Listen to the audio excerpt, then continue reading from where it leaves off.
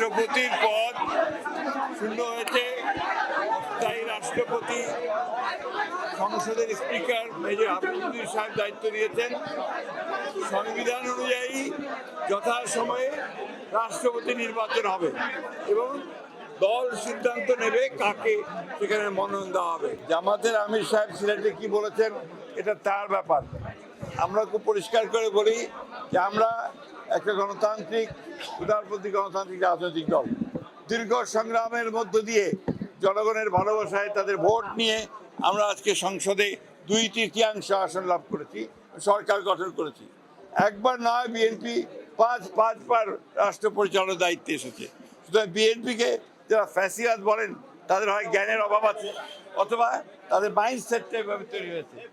BNP তো একটা গণতান্ত্রিক রাজনৈতিক দল, আর জামায়াতে ইসলামের আমির সাহেব বলেছেন উনি ওনার গণতন্ত্রটা ভালো করে পড়বেন, তাহলে কি ব্যবস্থা হবে সেটা দেখা যাবে।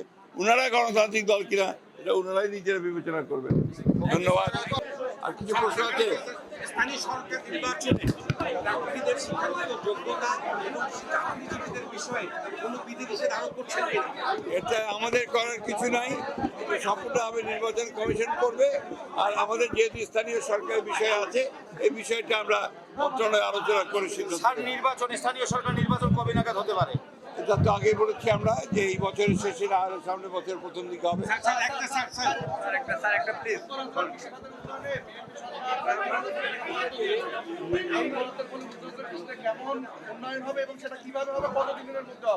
আপনার সরকারের মাত্র 4 মাস অতিরিক্ত হয়েছে, সময় হয়েছে, তাই না? এর মধ্যে সরকার কৃষির উন্নয়নের জন্য 10,000 টাকা পর্যন্ত কৃষির সুদ সহ মাফ করে দিয়েছে, তাই না? এবং কৃষির জন্য ঘোষণা করেছেন মাননীয় প্রধানমন্ত্রী, যেখানে সবচেয়ে বেশি বরাদ্দ দেওয়া হবে। একই সঙ্গে কৃষিকে লাভজনক করার জন্যে যতটুকু আপনার ব্যবস্থা নেওয়া দরকার সেগুলো ব্যবস্থা নেওয়া হবে।